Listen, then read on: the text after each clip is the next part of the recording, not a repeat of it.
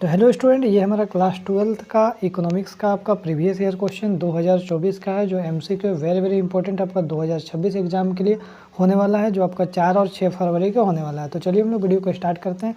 बहुत ही ज़्यादा important question है, ये हमारा ओरिजिनल क्वेश्चन 2024 का है, ठीक है, इकोनॉमिक्स का, ठीक है। अब आगे देखते हैं इसका क्वेश्चन क्या क्या हमारा पूछा गया था। देखिए, तो सबसे पहले 1 से लेकर 30 तक हम एमसीक्यू बताएंगे, उसके बाद इसका सब्जेक्टिव क्वेश्चन क्या क्या है, तो उसका वीडियो हम लोग बहुत ही जल्द लेकर आएंगे।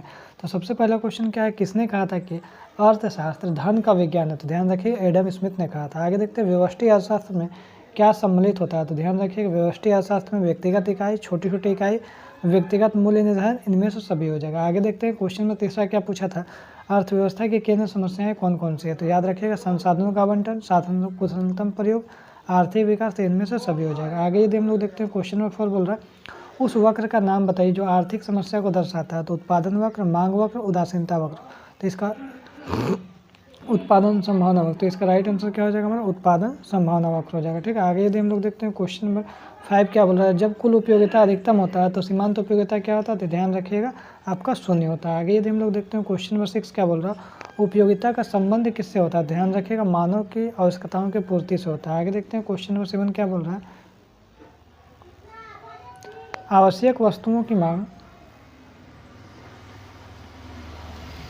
आवश्यक वस्तुओं की मांग की लोच क्या होता है, तो ध्यान रखिएगा आवश्यक वस्तु की मांग की लोच शून्य होता है। आगे यदि हम देखते हैं क्वेश्चन नंबर 8 क्या बोल रहा है, उत्पादन फलन में उत्पादन किसका फलन होता है, तो याद रखिएगा उत्पत्ति के साधनों का। आगे यदि हम लोग देखते हैं क्वेश्चन नंबर 9 क्या बोल रहा है, मौद्रिक लागत में निम्न में से किसे सम्मिलित किया गया, तो ध्यान रखिएगा सामान्य लाभ को, व्यक्त लाभ को, अव्यक्त लाभ को, तो इसका राइट आंसर हो जाएगा आपका इनमें से सभी हो जाएगा। आगे यदि हम लोग देखते हैं क्वेश्चन नंबर 10 क्या बोल रहा है, निम्नलिखित में से कौन स्थिर लागत नहीं है, ध्यान रखिएगा हमारा कच्चे माल की लागत क्या है, हमारी स्थिर लागत नहीं है। आगे यदि हम लोग देखते हैं वस्तु की उस मात्रा को क्या कहते हैं जिसमें विक्रेता एक निश्चित समय में स्थिर कीमत पर बाजार में बेचने के लिए तैयार, उसको हम लोग क्या बोलते हैं, सप्लायर पूर्ति बोलते हैं। आगे देखते हैं क्वेश्चन नंबर 12 क्या बोल रहा है, किसी वस्तु का मूल्य निर्धारण कौन करता है, तो याद रखिएगा मांग द्वारा और पूर्ति द्वारा, तो इसका राइट आंसर हो जाएगा मांग एवं पूर्ति दोनों के द्वारा, ठीक है। आगे देखते हैं क्वेश्चन नंबर 13 क्या बोल रहा है, पेट्रोल की कीमत बढ़ने पर कार का मांग वक्र क्या होता है, तो ध्यान रखिएगा बाईं ओर खिसक जाता है। आगे देखते हैं क्वेश्चन नंबर 14 क्या बोल रहा है, निम्नलिखित में से कौन सा सही है, तो ध्यान रखिएगा इसका इनमें से सभी हो जाएगा, ठीक है। पूर्णतः लोचदार मांग, अधिक लोचदार मांग, पूर्णतः बेलोचदार पूर्ति, सॉरी मांग नहीं होगा पूर्ति होगा। आगे देखते हैं क्वेश्चन नंबर 15 क्या होगा, निम्नलिखित चित्र किस बाजार को दर्शाता है, ये हमारा एमआर हो गया, ये हमारा एआर हो गया, तो इसको कौन सा बाजार को दर्शाता है, तो एक अधिकार मोनोपोली मार्केट को दर्शाता है। आगे देखते हैं क्वेश्चन नंबर 16 क्या बोल रहा है, देखिए हमारा प्राइस है और ये हमारा क्वांटिटी ऑफ डिमांड है, ठीक है।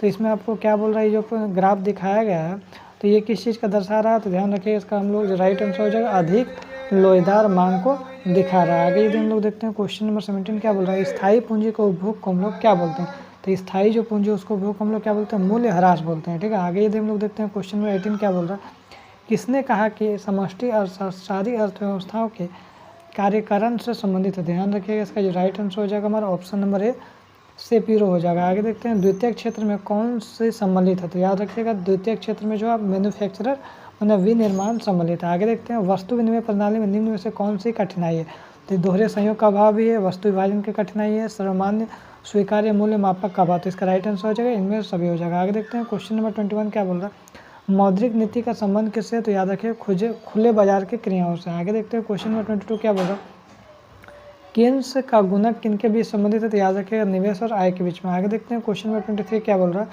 जो समस्त मांग का प्रमुख घटक क्या है, तो याद रखिएगा व्यक्तिगत उपभोग भी होगा, सार्वजनिक उपभोग और विनियोग, तो इसका राइट आंसर इनमें से सभी हो जाएगा। आगे देखते हैं क्वेश्चन नंबर 23 क्या बोल रहा है, समग्र मांग का मुख्य घटक क्या है, तो याद रखिएगा इसका राइट आंसर इनमें सभी हो जाएगा। सेम क्वेश्चन 24 देखिए गुना को किस सूत्र द्वारा दर्शाया जाता है, तो के बराबर delta Y divide by delta I हो जाएगा। आगे देखते हैं क्वेश्चन नंबर 25 क्या बोल रहा है, यदि MPC 0.5 है और प्रारंभिक विनियोग 100 करोड़ है तो अर्थव्यवस्था में कुल आय में कितनी वृद्धि होगी, तो याद रखिए इसका राइट आंसर हो जाएगा 200 करोड़, ठीक है, इससे इसको मल्टीप्लाई हो जाएगा। आगे देखते हैं न्यून मांग को ठीक करने के लिए निम्नलिखित में से कौन सा उपाय है, तो ध्यान रखिएगा राजकोषीय उपाय और मौद्रिक उपाय, तो इसका right answer option number C और भी दोनों हो जाएगा। आगे देखते हैं क्वेश्चन नंबर 27 क्या बोल रहा है, विकासशील अर्थव्यवस्था के लिए कौन सा बजट सबसे उपयुक्त माना जाता है, तो ध्यान रखिएगा इसका जो राइट आंसर हो जाएगा घाटे का बजट, संतुलित बजट या बचत का बजट, या इनमें से कोई नहीं, तो ध्यान रखिए इसका राइट आंसर हो जाएगा घाटे का बजट हो जाएगा, ठीक है, घाटे का बजट हो जाएगा। आगे देखते हैं क्वेश्चन नंबर 28 क्या बोल रहा है, ऐसा वह जो सरकार के लिए किसी परिसंपत्ति का सृजन नहीं करता है उसको हम लोग क्या बोलते हैं, उसको हम लोग राजस्व व्यय बोलते हैं। आगे देखते हैं क्वेश्चन नंबर 29 क्या बोल रहा है, बजट हो सकता है, कब हो सकता है, राजस्व घाटा, मौद्रिक घाटा, प्राथमिक घाटा, इनमें से सभी हो जाएगा। आगे देखते हैं क्वेश्चन नंबर 30 क्या बोल रहा है, व्यापार संतुलन किसको बोलते हैं, तो दृश्य तथा अदृश्य दोनों मदों का निर्यात और माइनस दृश्य तथा अदृश्य दोनों मदों का आयात को अगर घटा देंगे तो हमारा क्या निकलेगा, व्यापार संतुलन निकल जाएगा। तो यदि हमारा वीडियो आपको अच्छा लगे तो लाइक शेयर एंड सब्सक्राइब जरूर करें। फिर मिलते हैं हम लोग नेक्स्ट वीडियो में। Thank you so much.